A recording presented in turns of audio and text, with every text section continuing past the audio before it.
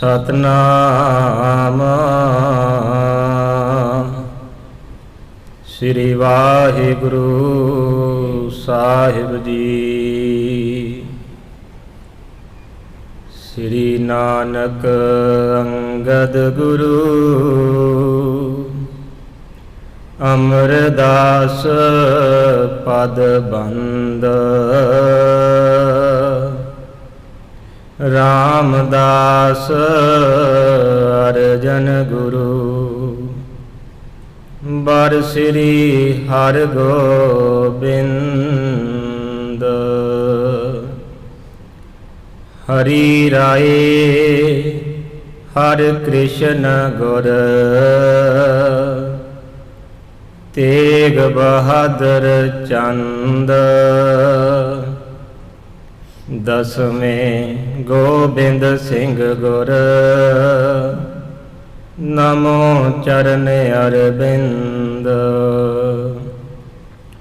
जिसमें अमृत ज्ञान है मानक भगत वैराग। श्री गुरु ग्रंथ साहिब उदद बंदो कार्य अनुराग। श्री गुर शब्द कमाए जिना जीते पंच विकार। तिन संतन को बंदना सिर चरणन पर तार। पूर्ण देखे आत्मा द्वैत है सर्ब निवार। भये शांत मन संत जो तिन पद नमो हमार। एक ओंकार सतगुरु तेह प्रसाद सच होए। वाहिगुरु जी की फतेह विघ्न विनाशन सोए। वाहिगुरु जी की फतेह विघ्न विनाशन सोए। श्री वाहिगुरु साहिब जी। आर मैं जागा जामन सारी तुम सुपता हो अब नींद सुखारी। एम कह सब को कर निश्चिंत देन लग्यो बहु पात्र परंत। एम कह सबको कर निश्चिंत देन लग्यो बहु पात्र परंत। वाहिगुरु जी का खालसा वाहिगुरु जी की फतेह। राजान राज भानान भान देवान देव। उपमा महान चबर छतर तख्त दे मालक। धन धन साहिब श्री गुरु ग्रंथ साहिब सच्चे पातशाह।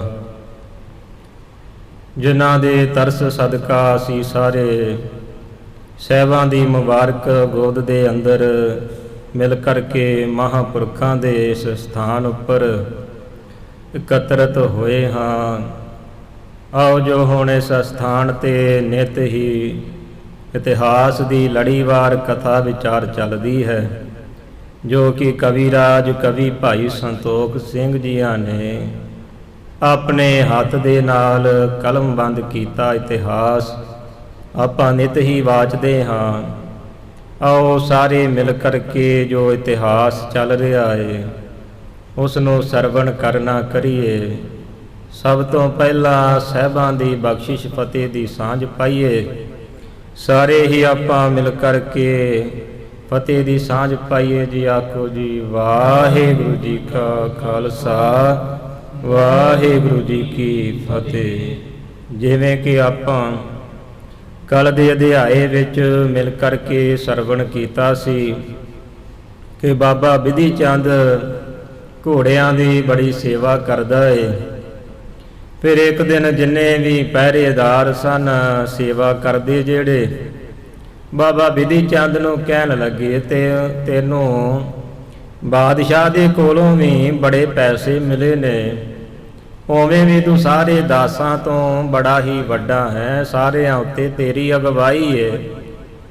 ਇੰਨਾ ਧਨ ਹੋਣ ਦੇ ਬਾਵਜੂਦ ਵੀ ਕਿਤੇ ਤੂੰ ਸਾਨੂੰ ਦਾਵਤ ਹੀ ਨਹੀਂ ਦਿੱਤੀ, ਅੱਜ ਸਾਨੂੰ ਕੁਝ ਖਵਾਉਣਾ ਪਿਆਉਣਾ ਕਰ। ਐਵੇਂ ਬਾਬਾ ਬਿਧੀ ਚੰਦ ਸੁਣ ਕੇ ਮਨ 'ਚ ਬੜਾ ਖੁਸ਼ ਹੋਇਆ ਕਿ ਛੇਵੇਂ ਪਾਤਸ਼ਾਹ ਅਰਦਾਸ ਬੜੀ ਛੇਤੀ ਸੁਣ ਲਈ। ਹੁਣ ਸਮਾਂ ਬਣ ਆਇਆ ਕਿ ਇੱਥੋਂ ਘੋੜਿਆਂ ਨੂੰ ਲੈ ਕੇ ਮੈਂ ਛੇਤੀ ਦੇ ਨਾਲ ਹੀ ਨਿਕਲ ਜਾਵਾਂਗਾ। ਐਵੇਂ ਮਨ 'ਚ ਵਿਚਾਰ ਕੇ ਬਾਬਾ ਬਿਧੀ ਚੰਦ ਇਹਨਾਂ ਮੁਗਲਾਂ ਨੂੰ ਕਹਿਣ ਲੱਗਾ, ਭਾਈ ਬੜੀ ਚੰਗੀ ਗੱਲ ਦੱਸੀ, ਹਾਂ ਮੇਰੇ ਮਨ ਦੇ ਵਿੱਚੋਂ ਵਿਸਰ ਗਈ ਸੀ, ਪਰ ਤੁਸੀਂ ਹੁਣ ਮੈਨੂੰ ਦੱਸ ਦਿੱਤਾ, ਦੱਸੋ ਕੀ ਖਾਵੋਗੇ। ਉਸ ਵੇਲੇ ਮੁਗਲ ਕਹਿਣ ਲੱਗੇ ਕਿ ਸਾਨੂੰ ਸ਼ਰਾਬ ਲਿਆ ਕੇ ਪਿਆ। ਐਵੇਂ ਬਾਬਾ ਬਿਧੀ ਚੰਦ ਕਹਿਣ ਲੱਗਾ ਕੋਈ ਨਾ। ਫਿਰ ਐਵੇਂ ਬਾਬਾ ਬਿਧੀ ਚੰਦ ਉੱਥੋਂ ਚੱਲਿਆ, ਭਾਈ ਜੀਵਨ ਦੇ ਘਰ ਜਾ ਕੇ 20 ਰੁਪਈਏ ਲਏ। ਫਿਰ ਇੱਕ ਦੁਕਾਨ ਤੇ ਜਾ ਕੇ ਸ਼ਰਾਬ ਨੂੰ ਲੈ ਕੇ ਕੁਝ ਕੁ ਜਿਹੜੇ ਦਾਸ ਸੇਵਕ ਸਨ ਉਹਨਾਂ ਦੇ ਸਿਰ ਤੇ ਘੜੇ ਚੁਕਾ ਤੇ ਸ਼ਰਾਬ ਦੇ, ਆਪ ਬਾਬਾ ਜੀਆਂ ਨੇ ਹੱਥ ਨਹੀਂ ਲਾਇਆ। ਐਵੇਂ ਨਾਲ ਦਾਸਾਂ ਨੂੰ ਲੈ ਕੇ ਇਹਨਾਂ ਮੁਗਲਾਂ ਦੇ ਝੁੰਡ ਦੇ ਵਿੱਚ ਬਾਬਾ ਜੀ ਆ ਪਹੁੰਚੇ। ਕਿਲੇ ਦੇ ਅੰਦਰ ਜਾ ਕੇ ਸਾਰੇ ਹੀ ਮੁਗਲ ਬੜੇ ਖੁਸ਼ ਹੋਏ ਕਿ ਅੱਜ ਰੱਜ ਕੇ ਸ਼ਰਾਬਾਂ ਪੀਵਾਂਗੇ, ਮਸਤ ਹੋਵਾਂਗੇ, ਮੌਜ ਮੇਲੇ ਕਰਾਂਗੇ। ਪਰ ਉਧਰ ਬਿਧੀਆਂ ਦਾ ਚੰਦ ਬਾਬਾ ਬਿਧੀ ਚੰਦ ਮਨ ਦੇ ਵਿੱਚ ਤਿਆਰ ਬੈਠਾ ਸੀ ਕਿ ਅੱਜ ਮੌਕਾ ਆ ਗਿਆ, ਘੋੜੇ ਲੈ ਕੇ ਜਾਵਾਂਗੇ। ਐਵੇਂ ਸਾਰੇ ਮੁਗਲਾਂ ਨੇ ਰਲ ਕੇ ਬੜੀ ਸ਼ਰਾਬ ਪੀਣਾ ਕੀਤੀ। ਫਿਰ ਜਿਹੜੇ ਪਹਿਰੇਦਾਰ ਸਨ ਉਹਨਾਂ ਨੂੰ ਵੀ ਪਿਆ ਦਿੱਤੀ। ਪਹਿਰੇਦਾਰ ਕਹਿਣ ਲੱਗੇ ਤੂੰ ਹੀ ਰਖਵਾਲੀ ਕਰਨੀ ਹੁਣ ਕਿਲੇ ਦੀ। ਫਿਰ ਜਿਹੜਾ ਕਲਾਲ ਸੀ ਜਿਹਦੇ ਕੋ ਕੁੰਜੀ ਬਰਦਾਰ ਸੀ, ਜਿਹਦੇ ਕੋ ਚਾਬੀਆਂ ਸਨ, ਜਿਹੜੇ ਕਮਰੇ 'ਚ ਕਾਠੀਆਂ ਰੱਖੀਆਂ, ਫਿਰ ਉਹ ਚਾਬੀਆਂ ਵਾਲੇ ਨੂੰ ਵੀ ਬਾਬਾ ਬਿਧੀ ਚੰਦ ਨੇ ਸ਼ਰਾਬ ਪਿਆਈ। ਐਵੇਂ ਉਹ ਵੀ ਕਹਿਣ ਲੱਗਾ ਭਾਈ ਹੁਣ ਤੂੰ ਹੀ ਇਹਨਾਂ ਕੁੰਜੀਆਂ ਦੀ ਰਾਖੀ ਕਰਨੀ ਹੈ, ਸਾਰਾ ਕਾਰਜ ਹੁਣ ਤੇਰੇ ਸਿਰ ਤੇ ਆ। ਐਵੇਂ ਬਾਬਾ ਬਿਧੀ ਚੰਦ ਸਾਰਿਆਂ ਨੂੰ ਸ਼ਰਾਬ ਪਿਆ ਕੇ ਕਹਿਣ ਲੱਗੇ ਝੂਠ ਵੀ ਨਹੀਂ ਮਾਰਦੇ। ਕਹਿਣ ਲੱਗੇ ਭਾਈ ਹੁਣ ਸਾਡਾ ਆਖਰੀ ਮੇਲ ਏ, ਇਸ ਤੋਂ ਬਾਅਦ ਪਤਾ ਨਹੀਂ ਆਪਾਂ ਮਿਲਣਾ ਕਿ ਨਹੀਂ ਮਿਲਣਾ, ਇਸ ਲਈ ਰੱਜ ਕੇ ਅੱਜ ਖੁਸ਼ੀਆਂ ਮੇਲੇ ਕਰੋ। ਐਵੇਂ ਸਾਰਿਆਂ ਨੇ ਰੱਜ ਕੇ ਸ਼ਰਾਬ ਪੀਤੀ, ਮਸਤ ਹੋਏ ਹਨ। ਇਹ ਜਿਹੜੀ ਵਾਰਤਾ ਆਪਾਂ ਕੱਲ ਮਿਲ ਕੇ ਵਾਚਨਾ ਕੀਤੀ ਸੀ। ਆਓ ਹੁਣ ਅੱਗੇ ਕਿਵੇਂ ਬਾਬਾ ਬਿਧੀ ਚੰਦ ਸਾਰੇ ਸਿਪਾਹੀਆਂ ਨੂੰ ਮਸਤ ਕਰਕੇ ਦੇ ਘੋੜੇ ਲੈ ਕੇ ਛੇਵੇਂ ਪਾਤਸ਼ਾਹ ਦੇ ਕੋਲ ਪੁੱਜਦੇ ਨੇ। ਆਪਾਂ ਮਨ ਪਿਰਤੀਆਂ ਨੂੰ ਇਕਾਗਰ ਕਰਕੇ ਸਾਹਿਬਾਂ ਅੱਗੇ ਸੀਸ ਨਵਾ ਕੇ ਆਓ ਮਿਲ ਕੇ ਆਖੀਏ ਜੀ ਸਤਨਾਮ ਸ੍ਰੀ ਵਾਹਿਗੁਰੂ ਸਾਹਿਬ ਜੀ, ਸਤਨਾਮ ਸ੍ਰੀ ਵਾਹਿਗੁਰੂ ਸਾਹਿਬ ਜੀ, ਸਤਨਾਮ ਸ੍ਰੀ ਵਾਹਿਗੁਰੂ ਸਾਹਿਬ ਜੀ। ਹਰ ਮੈਂ ਜਾਗਾਂ ਜਾਮਨ ਸਾੜੀ। ਹਾਂ, ਜਦੋਂ ਦਾਸਾਂ ਨੇ ਕਿਹਾ ਵੀ ਭਾਈ ਹੁਣ ਸਾਰੀ ਜ਼ਿੰਮੇਵਾਰੀ ਤੇਰੇ ਕੋਲ ਏ, ਤੂੰ ਕਿਤੇ ਸ਼ਰਾਬ ਪੀ ਕੇ ਮਸਤ ਨਾ ਹੋ ਜਾਵੇਂ। ਉਸ ਵੇਲੇ ਬਾਬਾ ਬਿਧੀ ਚੰਦ ਕਹਿਣ ਲੱਗਾ ਕੋਈ ਨਹੀਂ, ਸਾਰੀ ਰਾਤ ਮੈਂ ਜਾਗਦਾ ਹੀ ਰਹਾਂਗਾ। ਤੁਮ ਸੁਖਤਾ ਹੋ ਆਗ ਨੀਂਦ ਸੁਖਾਰੀ। ਹਾਂ, ਤੁਸੀਂ ਸਾਰੇ ਸਿਪਾਹੀ ਚੰਗੇ ਤਰੀਕੇ ਨਾਲ ਸ਼ਰਾਬ 'ਚ ਮਸਤ ਹੋ ਕੇ ਸੌਣਾ ਕਰੋ। ਸਭ ਕੋ ਕਰ ਨਿਸ਼ਚਿੰਤ। ਐਵੇਂ ਬਾਬਾ ਬਿਧੀ ਚੰਦ ਨੇ ਸਾਰੇ ਸਿਪਾਹੀਆਂ ਨੂੰ ਕਹਿ ਕੇ ਚਿੰਤਾ ਤੋਂ ਰਹਿਤ ਕੀਤਾ। ਦੇਨ ਲਗਿਓ ਬਹੁ ਪਾਤਰ ਗ੍ਰੰਥ। ਹਾਂ ਫਿਰ ਸਿਪਾਹੀ ਇੱਕ ਦੂਜੇ ਨੂੰ ਭੜ ਭਰ ਕੇ ਸ਼ਰਾਬ ਦੇ ਪਿਆਲੇ ਪਿਆ ਰਹੇ ਨੇ। ਸਰਬ ਵਿਸਾਲ ਬ੍ਰਿਧ ਕੈ ਜਾਵਨ। ਹਾਂ ਕਵੀ ਜੀ ਕਹਿੰਦੇ ਭਾਵੇਂ ਕੋਈ ਛੋਟੀ ਉਮਰ ਦਾ ਸੀ, ਭਾਵੇਂ ਕੋਈ ਜਵਾਨ ਸੀ, ਭਾਵੇਂ ਕੋਈ ਬੁੱਢੀ ਉਮਰ ਦਾ ਸੀ, ਬੁੱਢਾ ਸੀ, ਸਾਰਿਆਂ ਨੂੰ ਹੀ ਮਿਲ ਕਰਕੇ ਸਭਨ ਮਿਲਾਈ ਏਕ ਸਮਾਨ। ਸਾਰਿਆਂ ਨੂੰ ਮਿਲ ਕਰਕੇ ਇੱਕੋ ਸਮਾਨ ਬਾਬਾ ਬਿਧੀ ਚੰਦ ਨੇ ਫਿਰ ਸ਼ਰਾਬ ਪਿਆਉਣਾ ਕੀਤੀ। ਜਗ ਪਿਛੇ ਪਿਆਲੇ ਭਰ ਗਏ। ਹਾਂ ਜਦੋਂ ਆਖਰੀ ਸਮਾਂ ਰਹਿ ਗਿਆ, ਸਾਰਿਆਂ ਨੂੰ ਜਿਹੜੀ ਆਖਰੀ ਪਿਆਲਾ ਸੀ ਬੜਾ ਭਰ ਕੇ ਦਿੱਤਾ। ਸੁਧ ਤਨ ਧਨ ਕੀ ਵਿਸਰਤ ਭਏ। ਹਾਂ ਜਦੋਂ ਆਖਰੀ ਪਿਆਲਾ ਪੀਤਾ ਸਾਰੇ ਸਿਪਾਹੀਆਂ ਨੇ ਸਾਰਿਆਂ ਨੂੰ ਆਪਣੇ ਸਰੀਰ ਦੀ, ਤਨ ਮਨ ਧਨ ਦੀ ਸਾਰੀ ਹੀ ਸੋਝੀ ਭੁੱਲ ਗਈ, ਪਾਗਲ ਹੋ ਗਏ। ਬਾਤਨ ਕਰਤ ਗਿਰੇ ਤਬ ਐਸੀ। ਇੱਕ ਦੂਜੇ ਨਾਲ ਗੱਲਾਂ ਬਾਤਾਂ ਕਰਦੇ ਕਵੀ ਜੀ ਕਹਿੰਦੇ ਐਵੇਂ ਧਰਤੀ ਤੇ ਡਿੱਗ ਪਏ। ਜਿਸ ਤੇ ਸੁਧ ਬੁੱਧ ਰਹੀ ਨਾ ਕੈਸੇ। ਹਾਂ ਜਿਹਦੇ ਨਾਲ ਇਹਨਾਂ ਸਾਰੇ ਸਿਪਾਹੀਆਂ ਨੂੰ ਕੋਈ ਵੀ ਸੁੱਧ ਬੁੱਧ ਸੋਝੀ ਨਾ ਰਹੀ। ਮੁਖ ਬੋਲਨ ਤੇ ਰਹੇ ਵਿਚਾਰੇ। ਹਾਂ ਨਾ ਹੀ ਮੁਖ ਦੇ ਵਿੱਚੋਂ ਇਹ ਜਿਹੜੇ ਵਿਚਾਰੇ ਸੀ ਇੱਕ ਦੂਜੇ ਨਾਲ ਬੋਲ ਸਕੇ। ਕਬੀਆ ਬਸਤਰ ਉਡਾਰਤ ਡਾਰੀ। ਜਿੰਨੇ ਵੀ ਕੱਪੜੇ ਪਾਏ ਸੀ ਇੰਨੇ ਮਸਤ ਹੋ ਗਏ ਸ਼ਰਾਬ ਦੇ ਨਸ਼ੇ ਵਿੱਚ, ਇਹਨਾਂ ਆਪਣੇ ਸਾਰੇ ਵਸਤਰ ਤੇ ਪੱਗਾਂ ਲਾ ਦਿੱਤੀਆਂ। ਬਾਹੁ ਪਗਰ ਬੂਝਤ ਸਭ ਸੰਗ। ਐਵੇਂ ਫਿਰ ਬਾਬਾ ਬਿਧੀ ਚੰਦ ਇੱਕ ਇੱਕ ਜਾਣੇ ਦੀ ਬਾਹ ਫੜ ਕੇ ਚੰਗੀ ਤਰ੍ਹਾਂ ਪੁੱਛਣਾ ਕਰਦਾ। ਬੋਲਹਿ ਜਬਹਿ ਨਾ ਰਹਿ ਸੁਧ ਅੰਗ। ਹਾਂ ਜਦੋਂ ਕੋਈ ਵੀ ਬਾਹ ਫੜ ਕੇ ਜਦੋਂ ਬਾਬਾ ਬਿਧੀ ਚੰਦ ਨੇ ਹਲਾਇਆ ਕਿ ਵੇਖ ਤਾਂ ਲਵਾਂ ਕਿਤੇ ਕੋਈ ਜਾਗਦਾ ਹੀ ਨਾ ਹੋਵੇ, ਸਾਰਿਆਂ ਨੂੰ ਨਸ਼ਾ ਹੋ ਗਿਆ ਕਿ ਨਹੀਂ। ਜਦੋਂ ਐਵੇਂ ਬਾਬਾ ਬਿਧੀ ਚੰਦ ਨੇ ਵੇਖਿਆ ਵੀ ਸਾਰੇ ਹੁਣ ਸੌਂ ਗਏ ਹਨ। ਤਜ ਦੇਤ ਸਰਬ ਸੁਖ ਤਾਏ। ਹਾਂ ਫਿਰ ਸਾਰਿਆਂ ਦਾ ਜਿਹੜਾ ਡਰ ਸੀ ਮਨ ਦੇ ਵਿੱਚੋਂ ਛੱਡ ਦਿੱਤਾ, ਭਾਵ ਸੌਂ ਗਏ ਸਾਰੇ।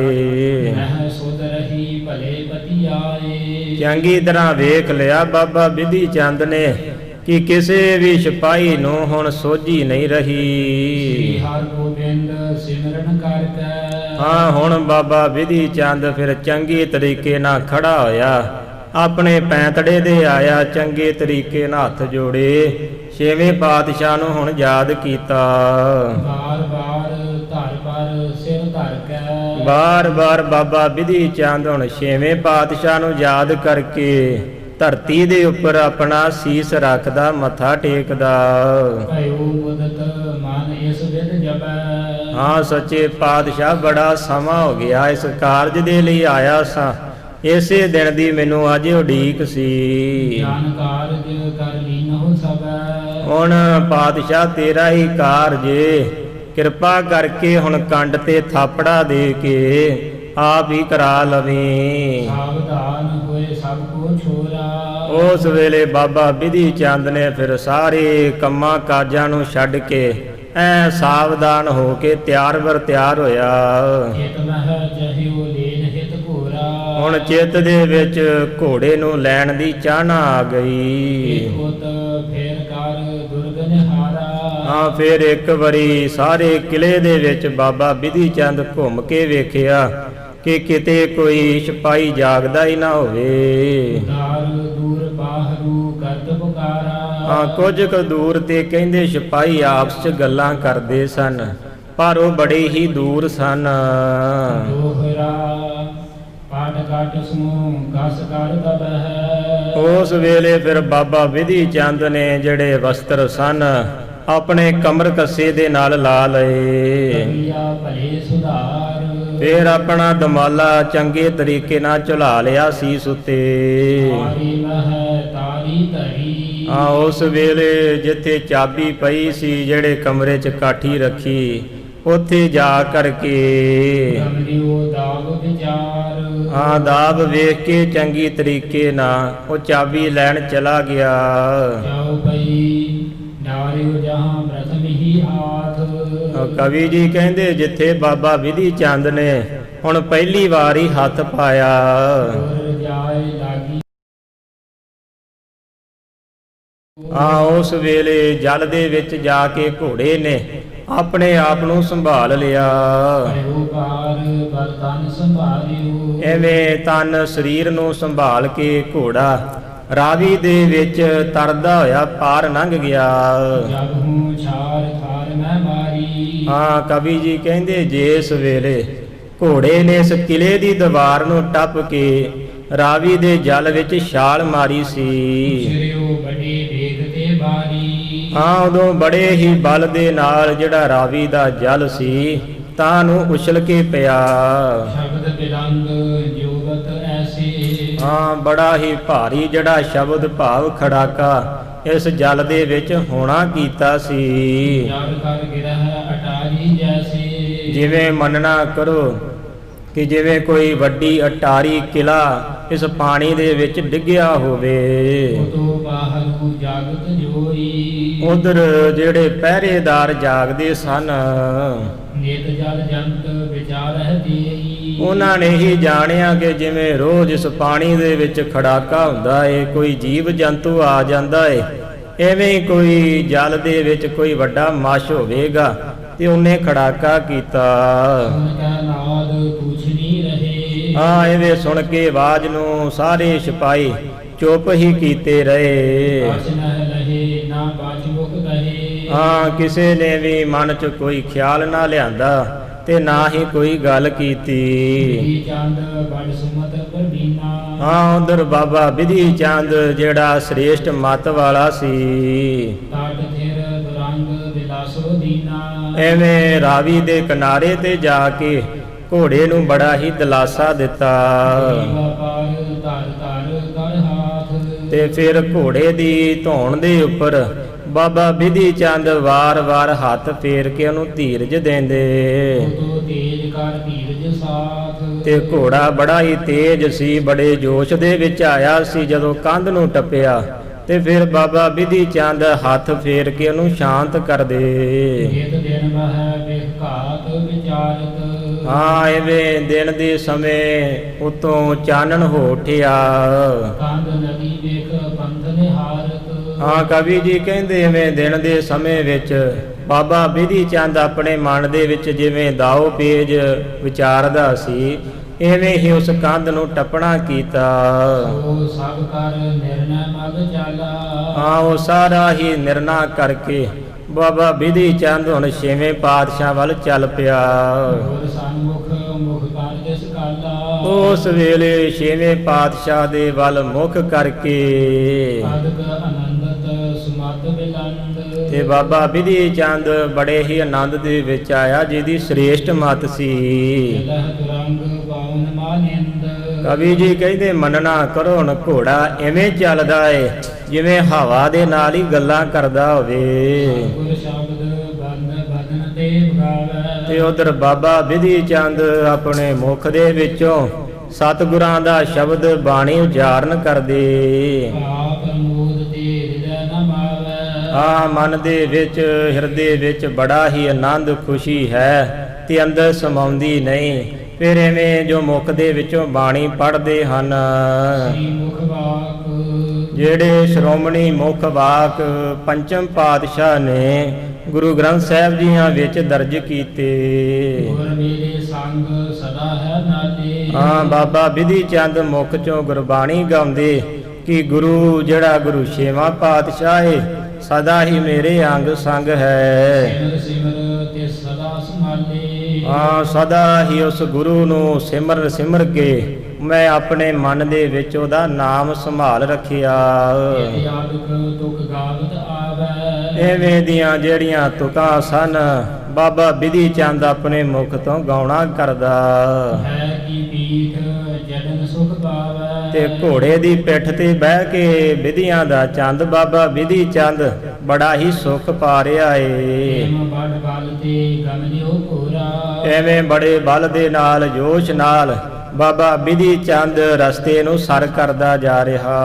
ਰਹਿ ਵਿਧੀ ਤਨ ਹਾਲਹਿ ਥੋਰਾ, ਐਵੇਂ ਬਾਬਾ ਵਿਧੀ ਚੰਦ ਨੇ ਬੜਾ ਹੀ ਜਿਹੜਾ ਰਸਤਾ ਹੈ ਤੈਅ ਕੀਤਾ ਤੇ ਆਪਣੇ ਤਨ ਸਰੀਰ ਦੇ ਵਿੱਚ ਕਿਸੇ ਵੀ ਪ੍ਰਕਾਰ ਦਾ ਆਲਸ ਨਾ ਕੀਤਾ। ਉਦਿਓ ਚੰਦ ਜੁਗ ਘਟਕਾ ਪਾਛੇ। ਹਾਂ ਉਧਰ ਕੁਝ ਕੁ ਘੜੀਆਂ ਦੇ ਬਾਅਦ ਕਹਿੰਦੇ ਅਸਮਾਨ ਦੀ ਹਿੱਕ ਚੀਰ ਕੇ ਚੰਦ ਨਿਕਲ ਆਇਆ ਦੇਖਣ ਲੱਗਿਓ ਪੰਥ ਸਭ ਆਛੇ। ਤੇ ਜਿਹੜਾ ਸਾਰਾ ਰਸਤਾ ਸੀ ਹੁਣ ਬਾਬਾ ਵਿਧੀ ਚੰਦ ਨੂੰ ਚੰਗੇ ਤਰੀਕੇ ਨਾਲ ਦਿਸ ਪਿਆ।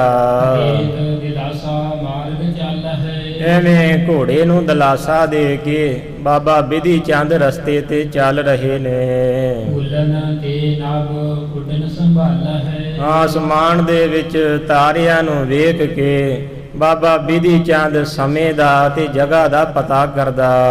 ਰਾਮ ਕੇ ਨਗਰੀ ਆਏ ਅਗਾਰੀ। ਜਦੋਂ ਚੱਲਦਿਆਂ ਅੱਗੇ ਕੋਈ ਵੀ ਨਗਰ ਜਾਂ ਫਿਰ ਕੋਈ ਸ਼ਹਿਰ ਆ ਜਾਂਦਾ।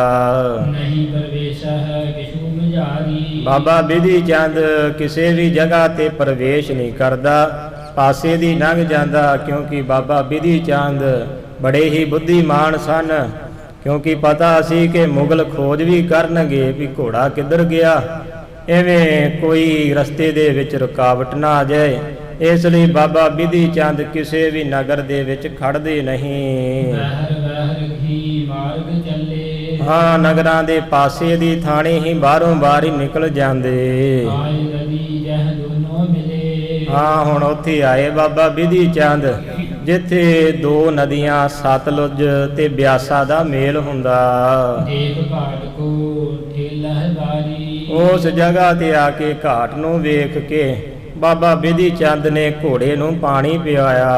ਦੀਨ ਸੁਖ ਰੱਖ ਹੋਇਓ ਬਾਰੀ। ਹਾਂ ਉਸ ਵੇਲੇ ਫਿਰ ਘੋੜੇ ਦੇ ਉੱਪਰੋਂ ਜੀਨ ਲਾ ਕੇ ਕੁਝ ਸਮੇਂ ਦੇ ਲਈ ਆਰਾਮ ਕਰਵਾਇਆ। ਆਯੁਤ ਛਾਤੀ ਲਾਗ ਜਲ ਛੋਇਓ। ਐਵੇਂ ਫਿਰ ਘੋੜੇ ਤੇ ਸਵਾਰ ਹੋ ਕੇ ਤੇ ਨਦੀ ਨੂੰ ਪਾਰ ਕਰਨ ਲੱਗੇ ਨੇ ਤੇ ਘੋੜੇ ਦੀ ਛਾਤੀ ਤੱਕ ਜਲ ਆਇਆ ਏ ਨਦੀ ਦਾ। ਸੁਕੋ ਰਾਖ ਤੀਰ ਪਰ ਗਇਓ। ਹਾਂ ਐਵੇਂ ਬਾਕੀ ਸਾਰਾ ਕੁਝ ਸੁੱਕਾ ਰੱਖ ਕੇ ਘੋੜਾ ਨਦੀ ਨੂੰ ਪਾਰ ਕਰ ਗਿਆ। ਬਾਗ ਬਾਗ ਬ੍ਰਿਸ਼ ਸੋ ਭਜਨ ਕਰਿਓ। ਐਵੇਂ ਕਿਨਾਰੇ ਤੇ ਜਾ ਕੇ ਬਾਬਾ ਵਿਧੀ ਚੰਦ ਜੀਆਂ ਨੇ ਉਸੇ ਜਲ ਦੇ ਵਿੱਚ ਇਸ਼ਨਾਨ ਕੀਤਾ। ਧਰਮ ਧਿਆਨ ਹੈ ਉਪਰ ਚਲਿਓ। ਫਿਰ ਛੇਵੇਂ ਪਾਤਸ਼ਾਹ ਦਾ ਧਿਆਨ ਧਰ ਕੇ ਫਿਰ ਜਾ ਕੇ ਘੋੜੇ ਤੇ ਦੁਬਾਰਾ ਚੜ ਗਏ। ਬਲ ਤੇ ਜਲ ਥਾਲ ਮਹ ਤੁਰ ਚੱਲ ਹੈ। ਹਾਂ ਕਵੀ ਜੀ ਕਹਿੰਦੇ ਘੋੜੇ ਦੇ ਕੋਲ ਇੰਨਾ ਬਲ ਸੀ, ਭਾਵੇਂ ਨਦੀ ਸੀ ਭਾਵੇਂ ਜ਼ਮੀਨ ਸੀ, ਘੋੜਾ ਪੂਰੇ ਹੀ ਜ਼ੋਰ ਦੇ ਨਾਲ ਚੱਲਦਾ। ਸੁਖ ਸਵਾਰੀ ਕਰਤ ਨਾ ਹੱਲ ਹੈ। ਹਾਂ ਉੱਤੇ ਬਾਬਾ ਵਿਧੀ ਚੰਦ ਬੈਠੇ ਨੇ ਤੇ ਸੁੱਖ ਦੇ ਨਾਲ ਸਵਾਰ ਹੋਏ ਨੇ, ਸਵਾਰੀ ਕਰਦੇ। ਮਨ ਦੇ ਵਿੱਚ ਕਿਸੇ ਪ੍ਰਕਾਰ ਦਾ ਦੁੱਖ ਨਹੀਂ ਆਉਂਦਾ ਤੇ ਨਾ ਹੀ ਘੋੜੇ ਤੋਂ ਹਿਲਦੇ ਨੇ। ਵੱਡੇ ਵੇਗ ਤੇ ਗਗਨ ਹਟਨੇ। ਤੇ ਬੜੀ ਤੇਜ਼ੀ ਦੇ ਨਾਲ ਘੋੜਾ ਚੱਲ ਰਿਹਾ।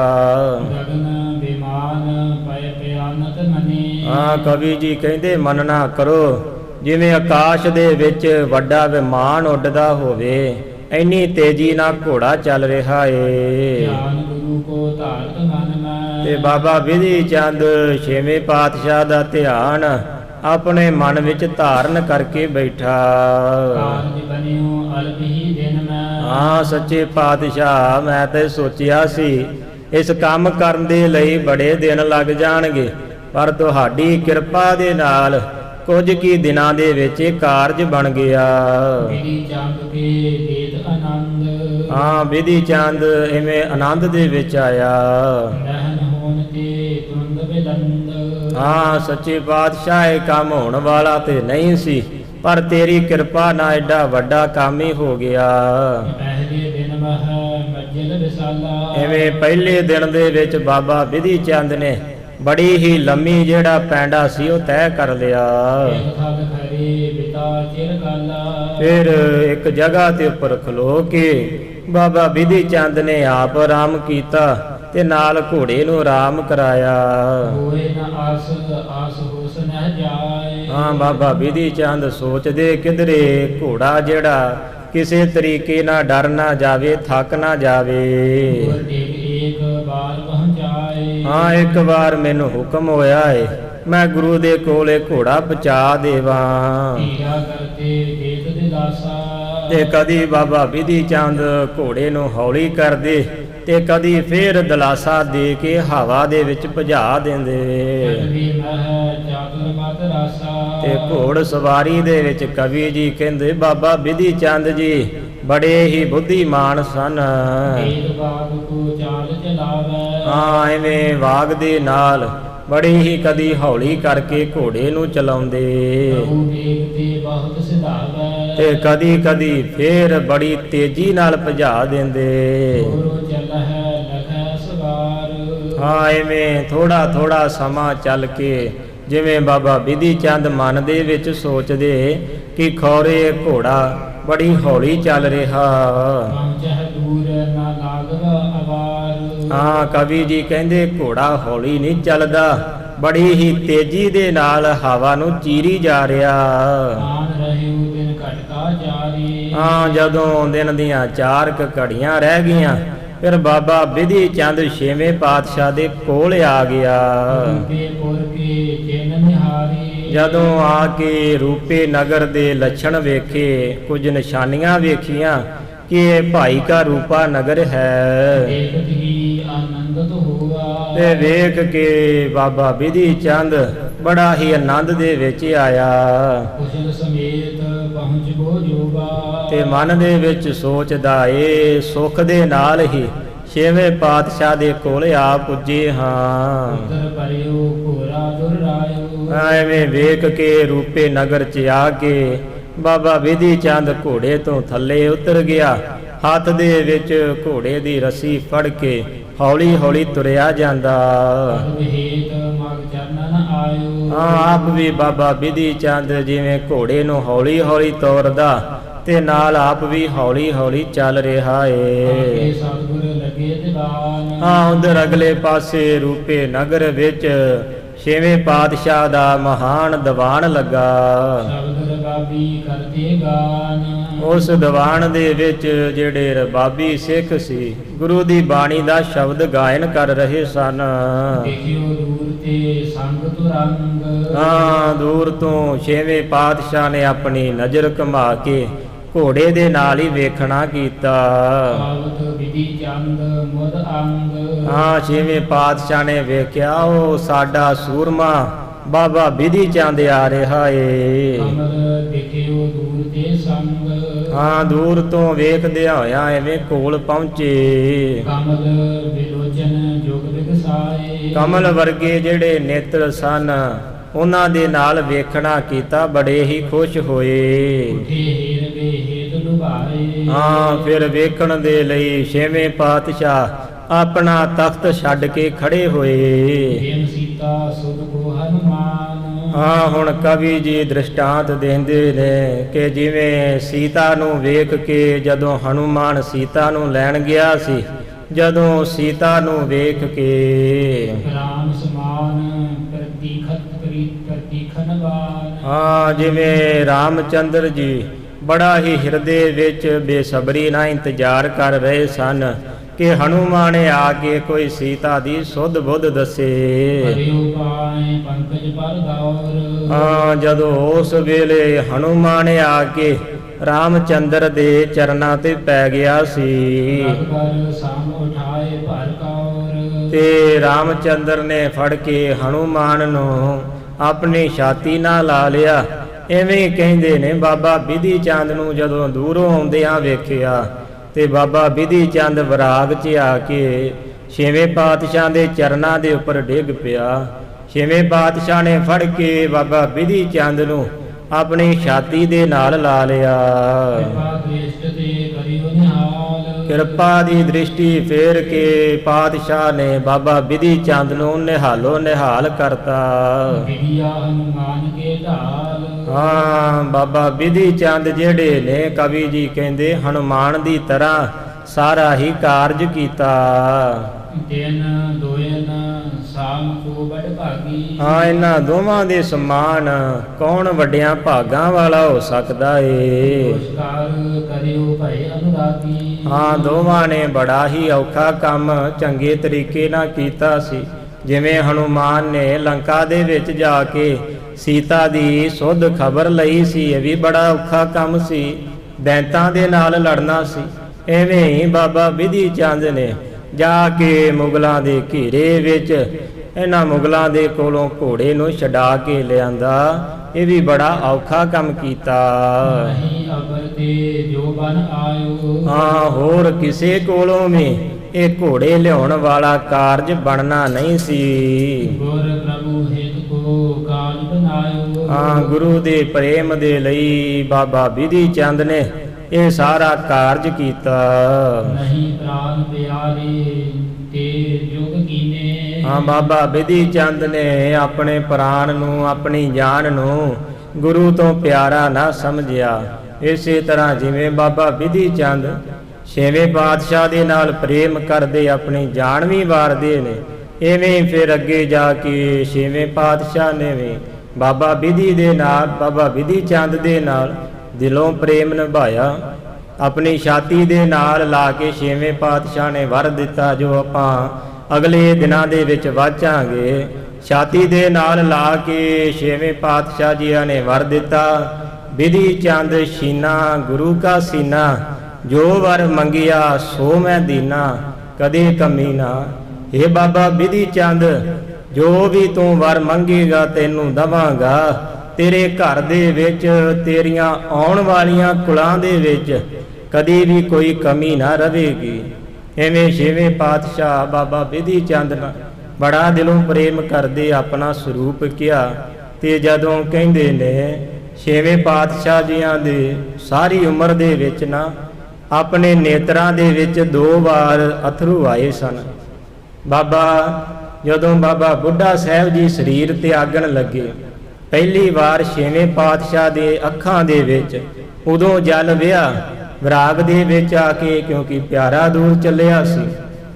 ਭਾਵੇਂ ਆਪਣੀਆਂ ਅੱਖਾਂ ਅੱਗੇ ਪੁੱਤਰ ਨੂੰ ਵੀ ਮਰਦਿਆਂ ਵੇਖਿਆ, ਪਤਨੀ ਨੂੰ ਵੀ ਸਰੀਰ ਤਿਆਗਦਿਆਂ ਵੇਖਿਆ, ਬੜੇ ਸਿੱਖਾਂ ਨੂੰ ਸਰੀਰ ਛੱਡਦਿਆਂ ਵੇਖਿਆ, ਆਪਣੇ ਹੱਥੀ ਅੱਗ ਲਾਈ, ਪਰ ਛੇਵੇਂ ਪਾਤਸ਼ਾਹ ਦੀ ਅੱਖਾਂ ਦੇ ਵਿੱਚ ਕਦੀ ਵੀ ਵਿਰਾਗ ਦਾ ਨੀਰ ਨਹੀਂ ਸੀ ਛੁੱਟਿਆ। 2 ਵਾਰੀ ਪੂਰੀ ਜ਼ਿੰਦਗੀ ਵਿੱਚ ਛੇਵੇਂ ਪਾਤਸ਼ਾਹ ਦੀ ਅੱਖਾਂ ਦੇ ਵਿੱਚ ਨੀਰ ਡੁੱਲਾ। ਜਦੋਂ ਬਾਬਾ ਬੁੱਢਾ ਜੀਆਂ ਦੀ ਅਰਥੀ ਨੂੰ ਮੋਢੇ ਤੇ ਰੱਖ ਕੇ ਸ਼ਮਸ਼ਾਨ ਘਾਟ ਚੱਲੇ, ਉਦੋਂ ਨੀਰ ਵਿਆ। ਜਾਂ ਦੂਜੀ ਵਾਰ ਜਦੋਂ ਬਾਬਾ ਬਿਧੀ ਚੰਦ ਨੇ ਕਿਹਾ, ਸੱਚੇ ਪਾਤਸ਼ਾਹ ਹੁਣ ਆਗਿਆ ਦੇਵੋ, ਸਮਾਂ ਆਇਆ, ਮੈਂ ਆਪਣਾ ਸਰੀਰ ਤਿਆਗਣਾ ਚਾਹੁੰਦਾ ਵਾਂ। ਜਦੋਂ ਇੰਨੀ ਗੱਲ ਸੁਣੀ, ਛੇਵੇਂ ਪਾਤਸ਼ਾਹ ਬੜੇ ਵਿਰਾਗ ਦੇ ਵਿੱਚ ਆ ਕੇ ਅੱਖਾਂ ਦੇ ਵਿੱਚੋਂ ਨੀਰ ਨੂੰ ਵਗਾਇਆ। ਐਵੇਂ ਅੱਖਾਂ ਦੇ ਵਿੱਚੋਂ ਅਥਰੂ ਵਗੇ, ਛਾਤੀ ਦੇ ਨਾਲ ਲਾ ਕੇ ਜਦੋਂ ਆਪਣੇ ਪਿਆਰੇ ਨੂੰ ਤੋਰਿਆ, ਉਦੋਂ ਵੀ ਦੂਜੀ ਵਾਰ ਗੁਰੂ ਹਰਗੋਬਿੰਦ ਪਾਤਸ਼ਾਹ ਵਿਰਾਗ ਦੇ ਵਿੱਚ ਆਏ ਸਨ। ਕੈਸੇ ਸ੍ਰੇਸ਼ਟ ਸਿੱਖ ਸਨ, ਜਿਨ੍ਹਾਂ ਨੇ ਆਪਣੀ ਜਾਨ ਵੀ ਗੁਰੂ ਅੱਗੇ ਪਿਆਰੀ ਨਾ ਸਮਝੀ। ਐਵੇਂ ਫਿਰ ਸੱਚੇ ਪਾਤਸ਼ਾਹ ਨੇ ਆਪਣੀ ਛਾਤੀ ਦੇ ਨਾਲ ਲਾ ਕੇ ਸਦਾ ਹੀ ਪ੍ਰੇਮ ਕੀਤਾ। ਐਸੇ ਸਿੱਖ ਹਨ ਬਾਬਾ ਬਿਧੀ ਚੰਦ। ਨਹੀਂ ਪ੍ਰਾਨ ਪਿਆਰੇ ਜੁਗ ਕੀਨੇ। ਹਾਂ, ਆਪਣੇ ਪ੍ਰਾਣ ਜਿਹੜੇ ਨੇ ਗੁਰੂ ਤੋਂ ਪਿਆਰੇ ਨਹੀਂ ਸਮਝੇ। ਕਾਜ ਕੇ ਰਸ ਮਹਿ ਪੀਨੇ। ਸਦਾ ਹੀ ਗੁਰੂ ਦਾ ਕਾਰਜ ਕਰਨ ਦੇ ਲਈ ਇੱਕੋ ਰਸ ਦੇ ਵਿੱਚ ਭਿੱਜੇ ਰਹੇ। ਜੀ ਕੁਸਲ ਸਰਸ ਰਗ ਵਰ ਕੇ। ਹਾਂ, ਜਿਵੇਂ ਰਾਮਚੰਦਰ ਨੇ ਹਨੂਮਾਨ ਦੇ ਕੋਲੋਂ ਸੀਤਾ ਦੀ ਸੁਧ ਬੁੱਧ ਪੁੱਛੀ ਸੀ, ਐਵੇਂ ਗੁਰੂ ਹਰਗੋਬਿੰਦ ਪਾਤਸ਼ਾਹ ਜੀ ਬਾਬਾ ਬਿਧੀ ਚੰਦ ਆਪਣੇ ਪਿਆਰੇ ਦੇ ਕੋਲੋਂ ਸਾਰੀ ਹੀ ਸੁਖ ਸ਼ਾਂਤ ਪੁੱਛਦੇ। ਰਹੀ ਸਕਲ ਹਨਮਤ ਸੰਸਾਰ ਕੀ। ਹਾਂ, ਫਿਰ ਬਾਬਾ ਬਿਧੀ ਚੰਦ ਨੇ ਵੀ ਹਨੂਮਾਨ ਦੇ ਸਮਾਨ ਹੀ, ਜਿਵੇਂ ਹਨੂਮਾਨ ਨੇ ਸਾਰਾ ਕੁਝ ਦੱਸਿਆ, ਕਹਿੰਦੇ ਬਾਬਾ ਬਿਧੀ ਚੰਦ ਨੇ ਵੀ ਸਾਰੀ ਸੁਖ ਸ਼ਾਂਤ ਦੱਸੀ। ਹਾਂ, ਜਿਹੜੇ ਛੇਵੇਂ ਪਾਤਸ਼ਾਹ ਨੂੰ ਮੁਨੀ ਜਲੋਕ ਸਦਾ ਹੀ ਧਿਆਉਂਦੇ ਹਨ ਤੇ ਬੜੇ ਹੀ ਯਤਨ ਕਰਕੇ ਜਿਹੜੇ ਗੁਰਾਂ ਨੂੰ ਇਹ ਮੁਨੀ ਜਤੀ ਜੋਗੀ ਹਨ ਆਪਣੇ ਮਨ ਦੇ ਵਿੱਚ ਠਹਿਰਾਉਣਾ ਕਰਦੇ। ਹਾਂ, ਜਿਹੜੇ ਕਿਰਪਾ ਦੀ ਦ੍ਰਿਸ਼ਟੀ ਕਰਕੇ ਆਪਣੀਆਂ ਬਾਹਾਂ ਦੇ ਵਿੱਚ ਆਪਣੇ ਪਿਆਰਿਆਂ ਨੂੰ ਲੈ ਲੈਂਦੇ। ਹਾਂ, ਐਸੇ ਗੁਰੂ ਸਾਹਿਬ ਜੀਆਂ ਦੀ ਬਰਾਬਰੀ ਕਵੀ ਜੀ ਕਹਿੰਦੇ ਕੌਣ ਕਰ ਸਕਦਾ। ਹਾਂ, ਬਾਬਾ ਬਿਧੀ ਚੰਦ ਕਹਿਣ ਲੱਗੇ, ਸੱਚੇ ਪਾਤਸ਼ਾਹ ਤੁਸੀਂ ਤਾਂ ਸਦਾ ਹੀ ਮੇਰੇ ਸਾਥ ਰਹੇ ਸੀ। ਸੰਕਟ ਨਿਕਟ ਹੋਵਨ ਨਹਿ ਪਾਏ। ਤੁਸੀਂ ਕਿਰਪਾ ਕਰਕੇ ਮੇਰੇ ਨੇੜੇ ਕੋਈ ਵੀ ਸੰਕਟ ਆਉਣ ਨਹੀਂ ਦਿੱਤਾ।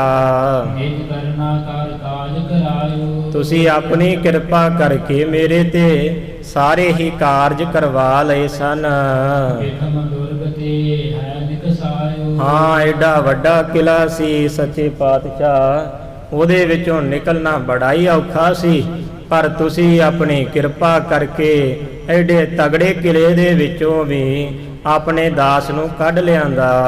ਸਗਲ ਦੇਸ਼ ਬੇਨਨ ਕੋ ਮਾਲਕ। ਹਾਂ, ਸਾਰੇ ਦੇਸ਼ਾਂ ਦਾ ਮਾਲਕ ਜਿਹੜਾ ਸ਼ਾਹਜਹਾਨ ਸੀ। ਆਖਮ ਸੈਨਾ ਜਿਸ ਕੇ ਤਾਲਕ। ਲੱਖਾਂ ਦੇ ਹਿਸਾਬ ਨਾਲ ਜਿਹੜੀ ਆਪਣੇ ਕੋਲ ਫੌਜਾਂ ਨੂੰ ਰੱਖਦਾ। ਹਰੇ ਹਜ਼ਾਰ ਹੋਂ ਬਾਹਰ ਰਾਖੇ। ਹਾਂ, ਹਜ਼ਾਰਾਂ ਦੀ ਤਾਦਾਦ ਨਾਲ ਪਾਤਸ਼ਾਹ ਉਹਦੇ ਕੋਲ ਪਹਿਰੇਦਾਰ ਰਹਿੰਦੇ। ਰਖਿਆ ਸਾਹੂ ਕਰਨ ਅਬ ਰਾਖੇ। ਆ ਮਨ ਦੇ ਵਿੱਚ ਬੜੀ ਹੀ ਇੱਛਾ ਦੇ ਨਾਲ ਉਹ ਸ਼ਾਹਜਹਾਨ ਦੀ ਰੱਖਿਆ ਕਰਦੇ। ਇਸ ਕੋ ਅਤ ਪ੍ਰਿਯ ਹੈ ਹਰ ਆਨਾ। ਹਾਂ, ਉਸ ਸ਼ਾਹਜਹਾਨ ਦੇ ਜਿਹੜੇ ਪਿਆਰੇ ਘੋੜੇ ਸਨ, ਇਹ ਪਾਤਸ਼ਾਹ ਮੈਂ ਉਹਨਾਂ ਦੇ ਵਿੱਚੋਂ ਇੱਕ ਘੋੜਾ ਤੇਰੇ ਕੋਲ ਲੈ ਆਇਆ। ਬਿਨ ਕਰਤ ਕਾਜ ਕੋ ਆਨਾ। ਹਾਂ, ਸੱਚੇ ਪਾਤਸ਼ਾਹ ਤੇਰੇ ਤੋਂ ਬਿਨਾ ਮੈਨੂੰ ਦੱਸਣਾ ਕਰੋ ਕੌਣ ਇਹ ਕਾਰਜ ਕਰਵਾ ਸਕਦਾ ਸੀ। ਸਤਿਗੁਰ ਸਹਿਤ ਜੋਤ ਤੇ ਆਦ। ਹਾਂ, ਉਸ ਵੇਲੇ ਸਤਿਗੁਰੂ ਪਾਤਸ਼ਾਹ ਜੀਆਂ ਦੇ ਨਾਲ ਜਿਹੜਾ ਰਾਏ ਜੋਧ ਖੜਾ ਸੀ। ਹੈ ਕੋ ਬਿਖਨ ਉਠੇ ਅਹਲਾਦ। ਹਾਂ, ਹੋਰ ਜਿੰਨੇ ਵੀ ਸਿੱਖ ਸਨ ਸਾਰੇ ਹੀ ਉੱਠ ਕਰਕੇ ਘੋੜੇ ਨੂੰ ਵੇਖਣ ਵਾਸਤੇ ਚੱਲੇ। ਲੱਖ ਸਿੱਖ ਲਾਉ ਬਿਖ ਹਰਕਤ ਸਾਰੀ। ਸਾਰਿਆਂ ਨੇ ਘੋੜੇ ਦੇ ਪੈਰਾਂ ਤੋਂ ਲੈ ਕੇ ਸਿਰ ਦੀ ਚੋਟੀ ਤੱਕ ਚੰਗੇ ਤਰੀਕੇ ਨਾਲ ਵੇਖਿਆ।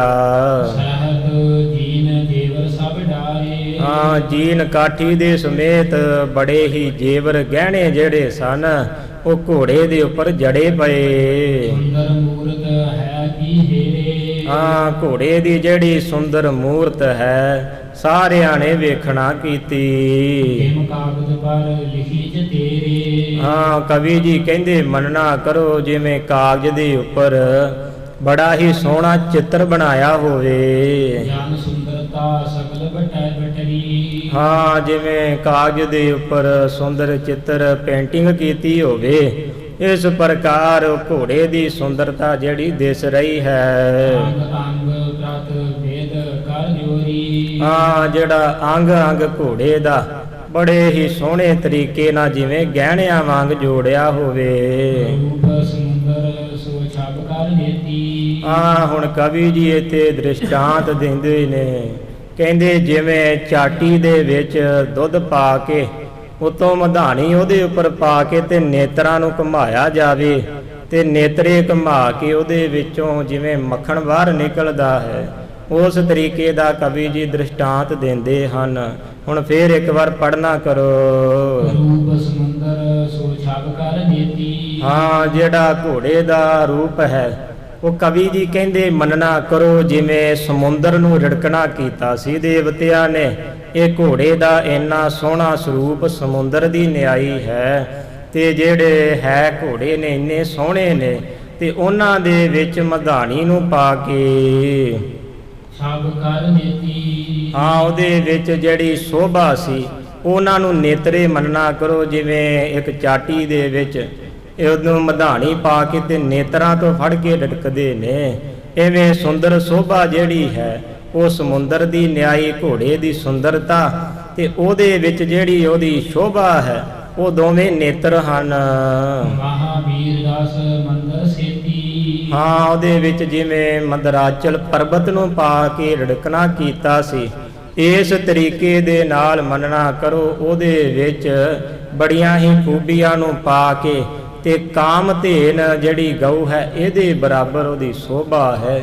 ਜਿਵੇਂ ਕਾਮਦੇਵ ਗਊ ਦੀ ਸ਼ੋਭਾ ਹੈ ਇਸ ਤਰੀਕੇ ਦੇ ਨਾਲ ਸੋਹਣਾ ਲੱਗਦਾ ਏ। ਕਰ ਅਰਬਿੰਦ ਮਦਨ ਗਹਿ ਕਰਕੇ। ਹਾਂ, ਦੋਵੇਂ ਆਪਣੇ ਹੱਥਾਂ ਦੇ ਨਾਲ ਜਦੋਂ ਸਮੁੰਦਰ ਨੂੰ ਰਿੜਕ ਕੇ ਉਹਦੇ ਵਿੱਚੋਂ ਦੇਵਤਿਆਂ ਨੇ ਹੀਰੇ ਜਵਾਹਰਾਤ ਕੱਢੇ ਸੀ, ਜਿਵੇਂ ਚਾਟੀ ਦੇ ਵਿੱਚ ਮਧਾਣੀ ਪਾ ਕੇ ਮੱਖਣ ਕੱਢਦੇ ਨੇ, ਐਵੇਂ ਕਵੀ ਜੀ ਕਹਿੰਦੇ ਜਿਹੜਾ ਕਾਮ ਦੇਵਤਾ ਏ ਜਿਹੜਾ ਇੰਨੀਆਂ ਸੋਹਣੀਆਂ ਮੂਰਤਾਂ ਨੂੰ ਤਿਆਰ ਕਰਦਾ, ਉਹ ਕਾਮ ਦੇਵਤੇ ਨੇ ਆਪਣੇ ਹੱਥਾਂ ਦੇ ਨਾਲ ਇਹ ਮੂਰਤ ਤਿਆਰ ਕੀਤੀ ਹੋਵੇ। ਅਦਭੁਤ ਮਥਨ ਕੀਨ ਬਲ ਧਰ ਕੈ। ਹਾਂ, ਅਦਭੁਤ ਤਰੀਕੇ ਦਾ ਜਿਹੜਾ ਮੱਥਨ ਭਾਵ ਇੰਨਾ ਸੁੰਦਰ ਜਿਹੜਾ ਸਰੂਪ ਤਿਆਰ ਕੀਤਾ। ਮਨੋ ਤੁਰੰਗਮ ਇਹੋ ਨਿਭ ਜਾਇਓ। ਹਾਂ, ਕਵੀ ਜੀ ਕਹਿੰਦੇ ਮੰਨਣਾ ਕਰੋ ਜਿਵੇਂ ਚਾਟੀ ਚੋਂ ਮੱਖਣ ਨਿਕਲਦਾ ਤੇ ਸਮੁੰਦਰ ਦੇ ਵਿੱਚੋਂ ਦੇਵਤਿਆਂ ਨੇ ਹੀਰੇ ਜਵਾਹਰਾਤ ਕਾਮ ਧੇਨ ਗਊ ਕੱਢੀ ਸੀ, ਇਸੇ ਪ੍ਰਕਾਰ ਇੰਨਾ ਸੋਹਣਾ ਜਿਹੜਾ ਘੋੜਾ ਹੈ ਉਹ ਤਿਆਰ ਹੋਇਆ। ਸਬਦ ਮੁਖਾ ਰਵ ਕੋ ਦਰਸਾਇਓ। ਹਾਂ, ਸਾਰਿਆਂ ਨੇ ਚੰਗੇ ਤਰੀਕੇ ਨਾਲ ਘੋੜੇ ਦੇ ਮੁਖ ਨੂੰ ਵੇਖਣਾ ਕੀਤਾ। ਇਸ ਕੀ ਸਮਤਾ ਲਹਿ ਨ ਸੋਈ। ਹਾਂ, ਸਾਰੇ ਕਹਿੰਦੇ ਇਸ ਘੋੜੇ ਦੀ ਬਰਾਬਰੀ ਕੋਈ ਵੀ ਕਰ ਨਹੀਂ ਸਕਦਾ। ਅਬਰ ਸਮੀਪ ਕਹਾਂ ਕਿਨੁ ਹੋਈ। ਹਾਂ, ਇਹਦੇ ਬਰਾਬਰ ਦੁਨੀਆ ਦੇ ਉੱਪਰ ਹੋਰ ਕਿਵੇਂ ਕੋਈ ਹੋ ਸਕਦਾ ਏ। ਗੁਰ ਹਰਿ ਗੋਬਿੰਦ ਕਰ ਧਰਿਓ। ਉਸ ਵੇਲੇ ਛੇਵੇਂ ਪਾਤਸ਼ਾਹ ਨੇ ਆਪਣਾ ਹੱਥ ਘੋੜੇ ਦੀ ਪਿੱਠ ਦੇ ਉੱਪਰ ਰੱਖਿਆ ਅੰਗ ਅੰਗ ਅਵਲੋਕਨ ਕਰਿਓ। ਤੇ ਕੱਲਾ ਕੱਲਾ ਅੰਗ ਘੋੜੇ ਦਾ ਛੇਵੇਂ ਪਾਤਸ਼ਾਹ ਨੇ ਵੇਖਿਆ। ਜਿਨ ਸੰਗਤ ਹੈ ਕੀਨ ਬਤਾਵਨ। ਹਾਂ, ਉਸ ਵੇਲੇ ਹੀ ਸਾਰੀ ਜਿਹੜੀ ਸੰਗਤ ਹੈ ਉਹਨਾਂ ਨੇ ਦੱਸਣਾ ਕੀਤਾ। ਵਿਧੀ ਚੰਦ ਤਿਮ ਕਰਿਓ ਦਿਖਾਵਨ। ਹਾਂ, ਜਿਵੇਂ ਸਾਰੀ ਸੰਗਤ ਨੇ ਕਿਹਾ ਸੀ ਤੇ ਛੇਵੇਂ ਪਾਤਸ਼ਾਹ ਨੇ ਹੁਕਮ ਕੀਤਾ, ਬਾਬਾ ਵਿਧੀ ਚੰਦਾ ਕਿਵੇਂ ਕਰਕੇ ਘੋੜਾ ਸਾਨੂੰ ਦਿਖਾਉਣਾ ਕਰ। ਉਸੇ ਪ੍ਰਕਾਰ ਬਾਬਾ ਵਿਧੀ ਚੰਦ ਨੇ ਸਾਰਾ ਕਾਰਜ ਕੀਤਾ ਤੇ ਘੋੜਾ ਲਿਆ ਕਰਕੇ ਦਿਖਾ ਦਿੱਤਾ। ਤੁਰਕੇਸ਼ਵਰ ਤੇ ਪਲਟਾ ਲਿਆਇਓ। ਹਾਂ, ਤੁਰਕਾਂ ਦਾ ਈਸ਼ਵਰ ਬਣਿਆ ਫਿਰਦਾ ਸੀ ਜਿਹੜਾ ਸ਼ਾਹਜਹਾਨ, ਉਹਦੇ ਕੋਲੋਂ ਹੁਣ ਬਦਲਾ ਲਿਆ। ਹਰਿਓ ਹਮਾਰੋ ਹੈ ਬਲ ਕੇਓ। ਹਾਂ, ਉਹ ਜਿਹੜਾ ਘੋੜਾ ਸੱਚੇ ਪਾਤਸ਼ਾਹ ਕਹਿੰਦੇ ਸਾਡੇ ਕੋਲੋਂ ਖੋਹ ਕੇ ਲੈ ਗਿਆ ਸੀ, ਉਹ ਹੁਣ ਸਾਡੇ ਕੋਲ ਵਾਪਸ ਆ ਗਿਆ। ਤਿਮ ਵਿਧੀਏ ਬਾਦ ਬਲ ਕੋ ਠਾਨਾ। ਹਾਂ, ਉਸ ਵੇਲੇ ਬਾਬਾ ਵਿਧੀ ਚੰਦ ਨੇ ਬੜਾ ਹੀ ਬਲ ਨੂੰ ਧਾਰਨ ਕੀਤਾ। ਇਸ ਬਲ ਤੇ ਕਰ ਹੈ ਕੋ ਆਨਾ। ਹਾਂ, ਸੱਚੇ ਪਾਤਸ਼ਾਹ ਕਹਿੰਦੇ ਫਿਰ ਵਿਧੀ ਚੰਦ ਨੇ ਬਲ ਨੂੰ ਧਾਰਨ ਕਰਕੇ ਇਸ ਸ਼ਾਹਜਹਾਨ ਦੇ ਕੋਲੋਂ ਬਦਲਾ ਲਿਆ। ਰੂਪ ਚੰਦ ਸਾਧੂ ਅਰ ਜੋਧਾ। ਹਾਂ, ਉਸ ਵੇਲੇ ਜਿਹੜੇ ਸਿੱਖ ਸਨ, ਭਾਈ ਰੂਪ ਚੰਦ, ਭਾਈ ਸਾਧੂ ਤੇ ਨਾਲ ਜਿਹੜੇ ਹੋਰ ਰਾਏ ਜੋਧ ਵਰਗੇ ਜਿਹੜੇ ਸੂਰਮੇ ਸਨ, ਇਨ ਤੇ ਆਦ ਗੁਰੂ ਕੇ ਜੋਧ। ਹਾਂ, ਉਹਨਾਂ ਨੇ ਸਾਰਿਆਂ ਨੇ ਗੁਰੂ ਦੇ ਅੱਗੇ ਆ ਕੇ ਹੱਥ ਜੋੜੇ। ਹੇਰ ਹੇਰ ਸਗਲੇ ਬਿਸਮਾਏ। ਸਾਰੇ ਹੀ ਵੇਖ ਵੇਖ ਕੇ ਹੈਰਾਨ ਹੋਏ ਕਿ ਗੁਰੂ ਦੀ ਕਿਰਪਾ ਨਾਲ ਸਾਰਾ ਕਾਰਜ ਹੋ ਗਿਆ। ਕਿਮ ਸਥਲ ਤੇ ਕਿਮ ਨਿਕਸਾਏ। ਹਾਂ, ਐਡਾ ਜਿਹੜਾ ਔਖੀ ਜਗ੍ਹਾ ਏ ਜਿਹਦੇ ਦੇ ਵਿੱਚ ਕੋਈ ਜਾ ਨਹੀਂ ਸਕਦਾ, ਇਹ ਤਾਂ ਗੁਰੂ ਦੀ ਕਿਰਪਾ ਦੇ ਨਾਲ ਹੀ ਵਿਧੀ ਚੰਦ ਕੱਢ ਲਿਆਇਆ। ਸਭ ਹਨ ਜਾਣਿਓ ਗੁਰੂ ਪ੍ਰਤਾਪ। ਸਾਰਿਆਂ ਨੇ ਉਸ ਵੇਲੇ ਗੁਰੂ ਸਾਹਿਬ ਜੀਆਂ ਦਾ ਪ੍ਰਤਾਪ ਜਾਣਿਆ। ਕਰਨ ਕਰਾਵਨ ਆਪੇ ਆਪ। ਹਾਂ, ਸੱਚੇ ਪਾਤਸ਼ਾਹ